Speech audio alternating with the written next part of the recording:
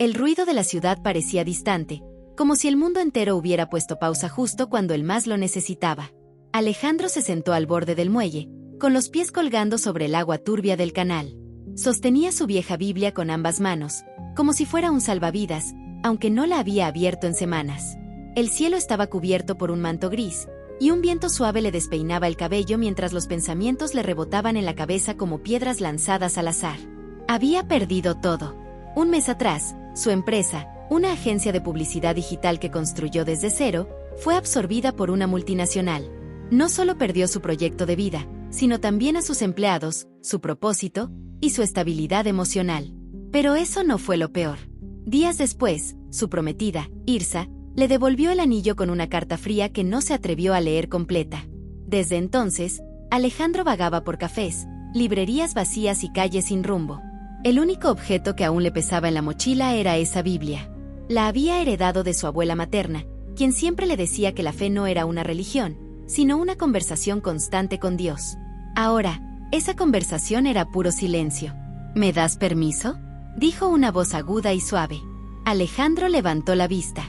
Una chica con una maleta rota, mochila tejida y zapatos distintos se paraba junto a él. Tenía el cabello cortado a navaja, como si se lo hubiera hecho en un baño público, y una mirada curiosa, sin juicio. Era una de esas personas imposibles de clasificar. Claro, respondió sin pensar. Ella se sentó junto a él, dejando la maleta a un lado. ¿Estás esperando algo?, preguntó, mirando el agua. No lo sé, dijo Alejandro. Tal vez, que algo me hable. Ella no respondió, solo asintió con la cabeza. Después de un rato, sacó una galleta rota del bolsillo de su abrigo y se la ofreció. Me llamo Dumia, dijo. Alejandro, contestó, tomando la mitad. Comieron en silencio. No era incómodo, solo denso, como si ambos supieran que venían arrastrando historias muy distintas, pero igual de pesadas. ¿Y eso?, preguntó Dumia, señalando la Biblia. Es solo un libro que ya no sé cómo leer, respondió Alejandro, casi con vergüenza. Ella lo miró con una mezcla de ternura y descaro. Tal vez no es que no sepas.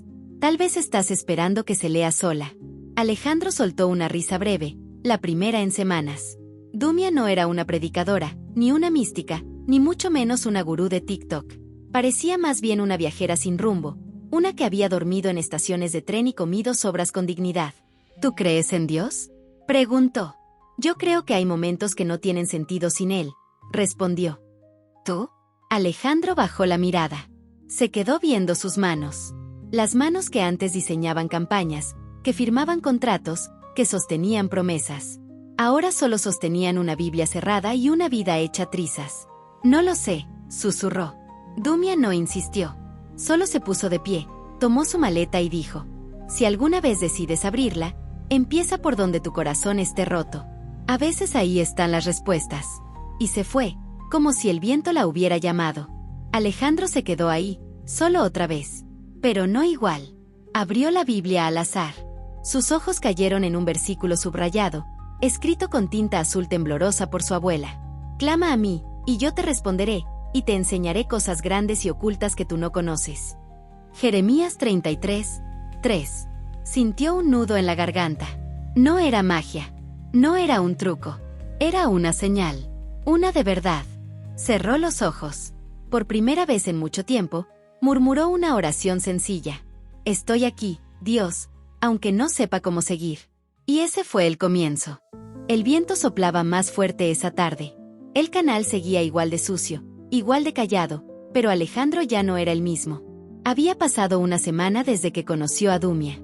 No la volvió a ver, y probablemente nunca más lo haría. Pero su voz se le había quedado grabada. Cada vez que pasaba por ese muelle, se acordaba de sus palabras. Empieza por donde tu corazón esté roto. Esa frase lo había seguido como sombra. Incluso en casa, en su pequeño apartamento donde todo parecía estancado, el reloj de cocina roto, las plantas secas, los platos que se acumulaban como si esperaran que algo lo resucitara todo. Una noche, no pudo más. Encendió su laptop y empezó a escribir. No era trabajo. No era una carta para nadie. Solo, algo que llevaba adentro. Lo tituló, Carta sin dirección. Querido nadie, hoy sentí que el aire me pesaba más que los pensamientos. He estado caminando sin brújula, cargando esta Biblia como si fuera un escudo, aunque a veces parece más bien un espejo. No sé por qué estoy escribiendo esto. Quizá porque me duele el silencio, o porque algo en mí se niega a morir sin pelear un poco más. Escribir se volvió rutina. Cada noche, una carta distinta. Cada párrafo, un intento de encontrarse. Pero algo cambió cuando, en una de esas cartas, empezó a hablarle directamente a Dios. Dios, no estoy seguro si me escuchas. Tal vez estás ocupado con cosas más grandes.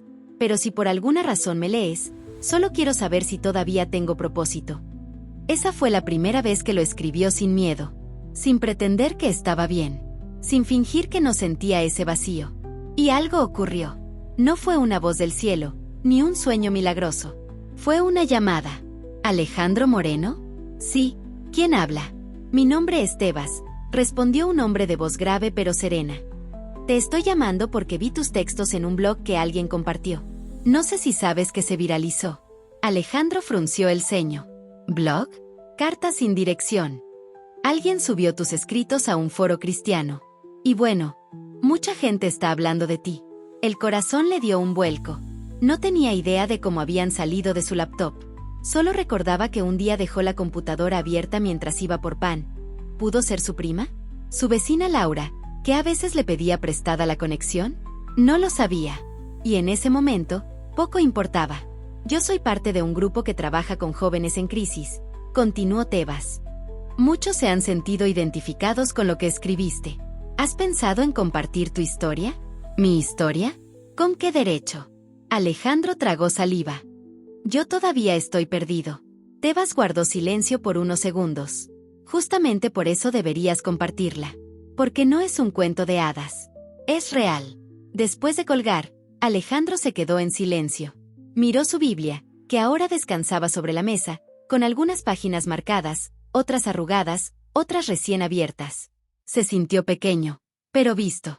Esa misma noche fue a la iglesia que solía visitar con su abuela, hace años. Le temblaban las manos al abrir la puerta. Todo olía a madera vieja y a incienso suave. No había mucha gente. Solo algunos jóvenes, un par de ancianos y una mujer cantando con una guitarra desafinada. Pero cuando entró, sintió algo cálido. No era emoción. Era presencia. Una joven se le acercó.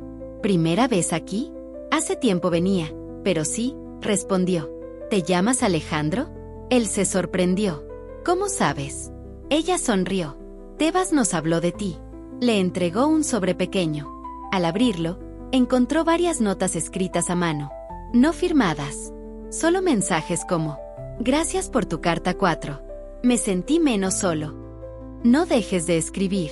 Dios también escucha con ojos. Tus preguntas son las mismas que las mías. Y eso me dio paz. Alejandro sintió que algo se rompía dentro. Pero esta vez no era dolor. Era un brote. Como cuando el invierno cede paso a la primavera. Esa noche, al llegar a casa, puso una nota en la Biblia. Si alguna vez me salvaste, fue con palabras. Hoy quiero que sean las tuyas. Y abrió el libro. Por primera vez, no para entender, sino para dejarse encontrar. Esa mañana no había café en casa, ni ganas de levantarse. Pero Alejandro despertó distinto. No porque hubiera dormido mejor, de hecho, apenas se había conciliado el sueño, sino porque algo en su interior le decía que ese día iba a ser importante. Se puso su camisa favorita, esa azul que tenía desde antes de todo el caos. Tomó su Biblia, ya con bordes gastados por los días anteriores, y metió en su mochila las cartas que había escrito desde el comienzo de su crisis. No sabía para qué. Solo, sentía que debía hacerlo. El tren lo llevó por la misma ciudad de siempre, pero él la veía diferente. Como si ahora pudiera notar detalles antes invisibles. Una anciana ayudando a un niño a subir al bus, una pareja orando en una plaza, un joven leyendo el Evangelio de Juan bajo un árbol. ¿Siempre estuvo todo eso ahí? Pensó. Llegó temprano al pequeño centro comunitario donde Tebas lo había invitado a compartir su historia. La voz le temblaba, las manos también. En su mente, miles de razones para no hablar. Pero entró. Había unas 20 personas en la sala. Casi todos jóvenes, algunos con mochilas, otros con ojos cargados de tristeza. Alejandro se vio reflejado en cada uno. Tebas lo presentó sin muchas vueltas. Este es Alejandro. Tiene algo que decirnos. Alejandro tragó saliva, se acercó al micrófono, y en vez de hablar, sacó sus hojas. La primera carta. Esa donde había dicho que no sabía si Dios lo escuchaba. Y la leyó. No como un actor, sino como alguien que todavía sangraba un poco por dentro. La sala quedó en silencio. Luego, leyó la segunda. Y la tercera. Cada carta era como una puerta abierta a su alma. Pero lo más poderoso no fue lo que compartió.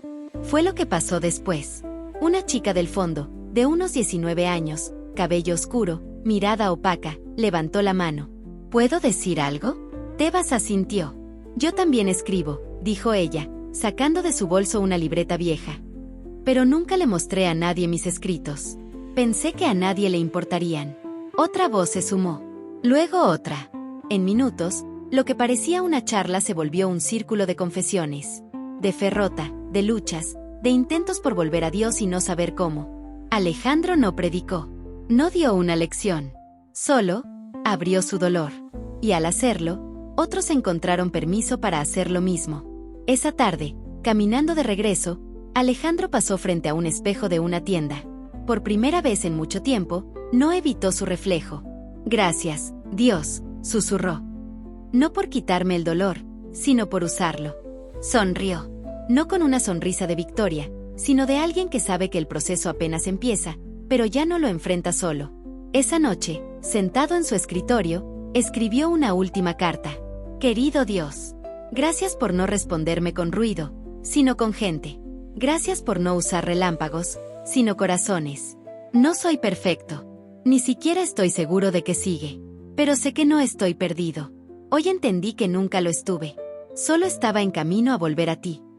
Alejandro no tuvo una conversión espectacular. No vio ángeles ni escuchó trompetas. Pero fue transformado. Poco a poco, con silencios, cartas, y personas que reflejaban a Dios. Cercano está Jehová a los quebrantados de corazón, y salva a los contritos de espíritu. Salmo 34, 18.